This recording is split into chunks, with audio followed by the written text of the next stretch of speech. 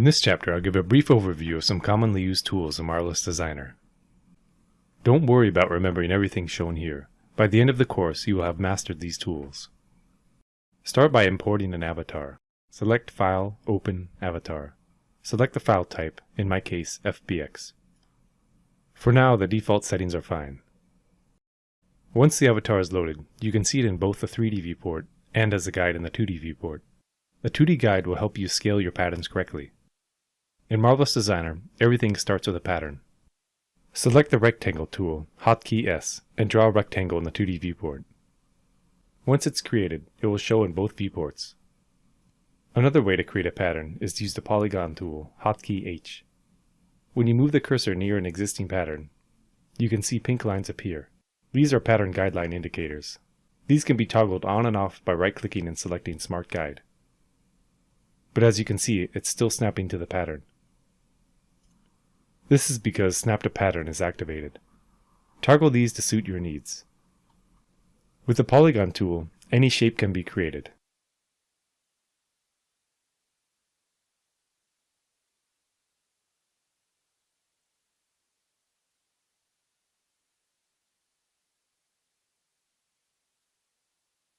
The Edit Pattern tool, Hotkey Z, is the main tool for manipulating patterns. With the border line selected, you can right-click and offset as internal line. With an internal line, you can create a hole, convert the hole back into a solid shape, use it as an edge for folding, or many other things. Edges can also be extruded out. Select Edges, right-click, and select Offset Pattern Outline.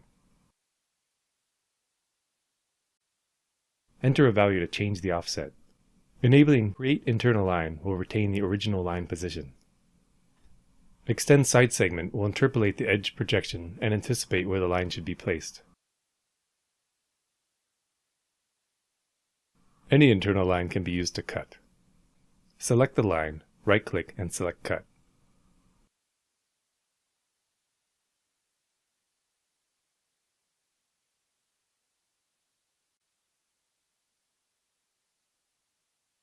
Internal lines can also be copied as patterns.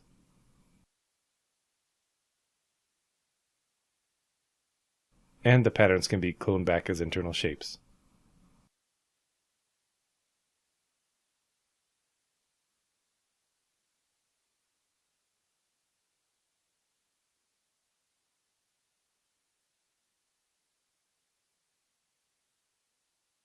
When using the Edit Pattern tool, you can drag around any edge or points.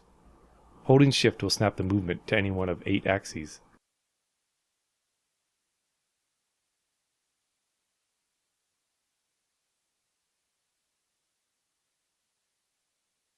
The Edit Curve Point tool can add and move curve points.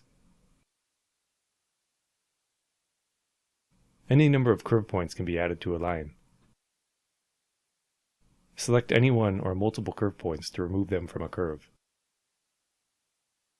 However, if you delete a segment point, it will delete all curve points between its adjacent segment points.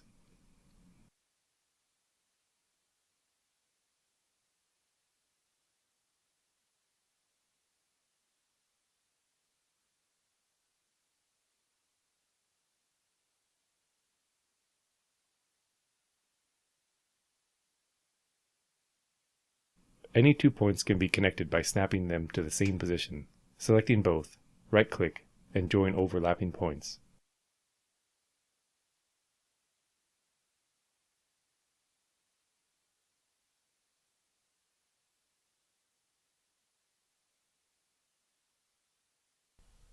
Typically, when you move a point, it will move all curve points along with it. But there's an important modifier key. If you hold D while moving, it will move only the selected point. All other points will retain their position, causing the line to bend. Keep this in mind. It is a very useful feature when creating and adjusting patterns.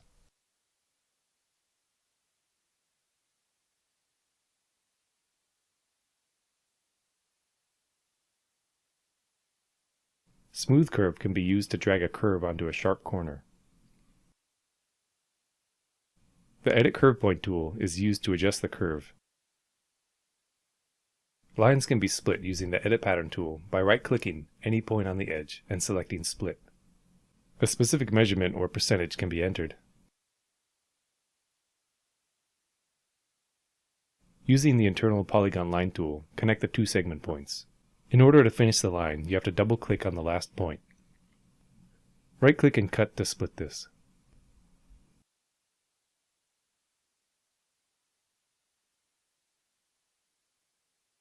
In the 3D viewport, the patterns can be rotated and translated into place.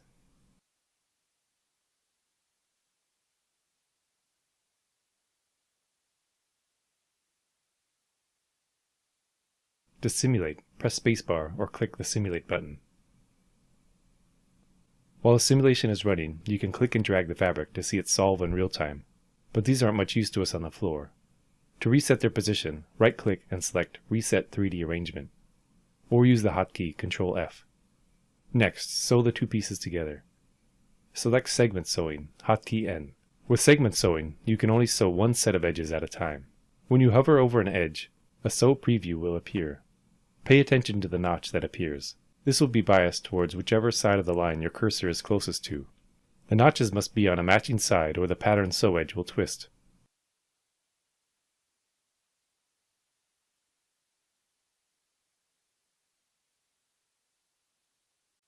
Again, at any point while the simulation is running, the garment can be manipulated.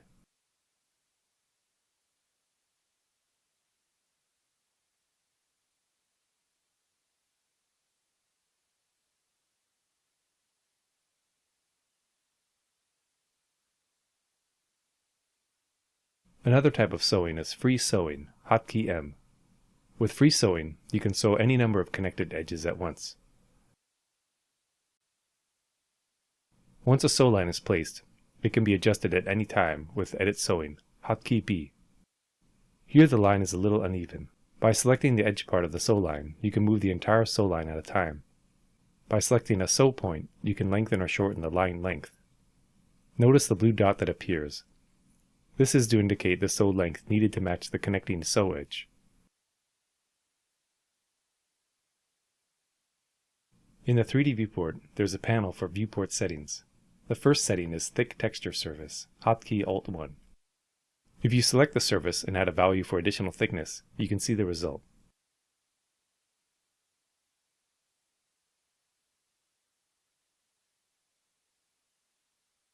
Switch to Textured Surface, Alt-2, and you can see that the back faces shade darker. In the Fabric Properties editor, the back can be changed to a custom color. The side color can be changed too. Switch to Thick Textured Surface, Alt-1, and you can change the side color too.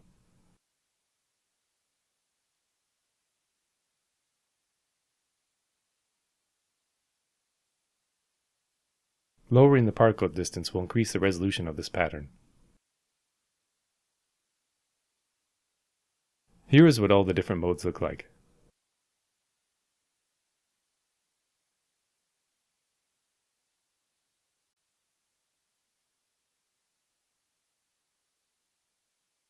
Using a pin is a way to lock a single point in place, or to force the point to move to a specific location.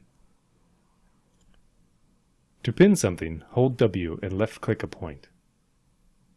Once the pin is placed, you can select and move it at any time. Wherever this point is moved to, it's locked in place.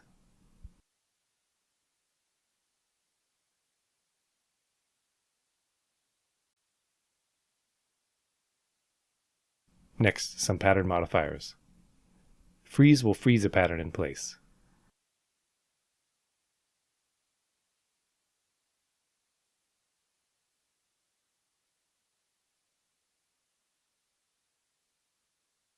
Deactivate pattern only will disable the pattern from simulation, but anything sewn to it will retain a connection.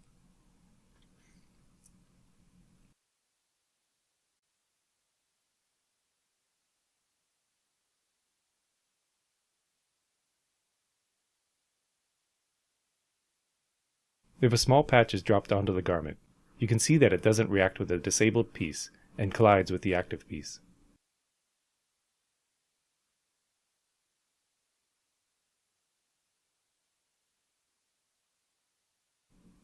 Deactivate pattern and sewing is similar to deactivate pattern only, but it deactivates any sewing as well. If any of these modifiers are applied, click Activate to enable its default state.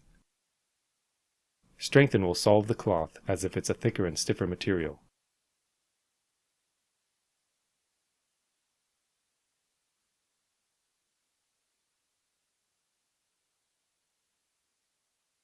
Solidify will retain the current shape based on a percentage that you assign to the slider in the property editor. Right-click, Pin, Delete all pins will remove all pins from a garment. Because the Solidify modifier is enabled, once the pin is removed, the pattern has retained the shape.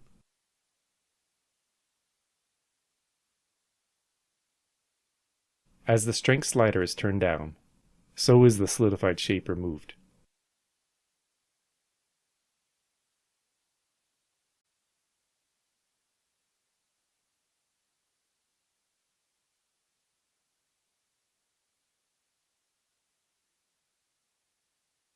The steam tool is useful for removing unwanted wrinkles or adding bunching to a pattern.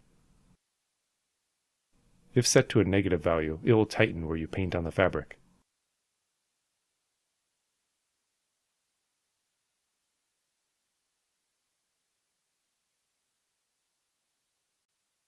A positive value will loosen it.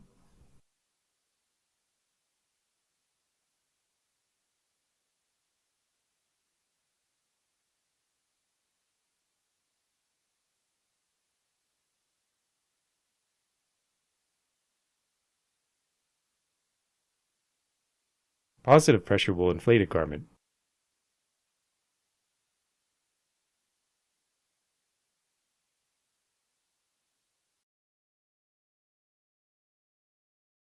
While negative pressure will create a vacuum.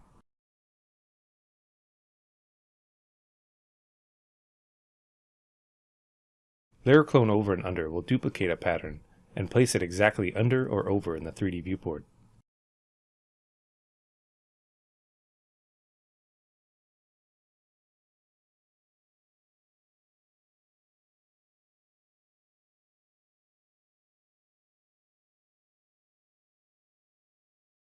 The duplicated piece will also be completely sewn to the original pattern. When this piece is moved away, you can see that the sewing was automatically applied.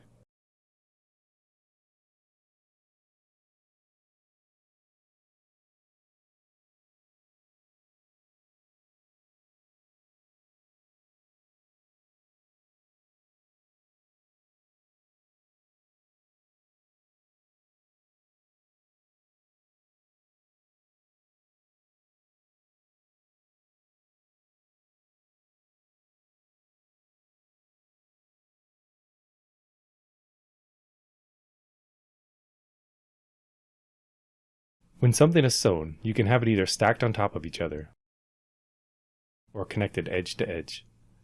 This can be adjusted by selecting the sew line and changing sewing line type. Next, a Zippers little can be hardware added to bring two pieces together. Any zipper can be zipped and unzipped, although it can be tricky at times to select the zipper handle.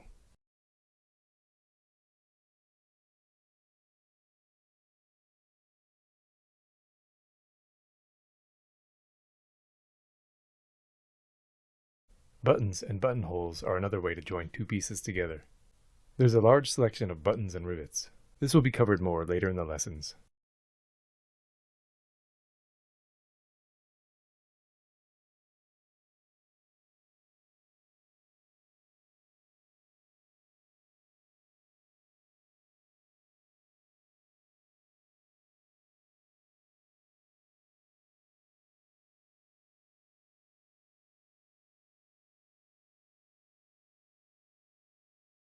And finally, stitching can be applied to any edge. These are some of the basic tools that will be used in this course. And don't worry about remembering them all right now. They'll be covered again in each lesson. With the tools introduction out of the way, let's move on to making some clothes.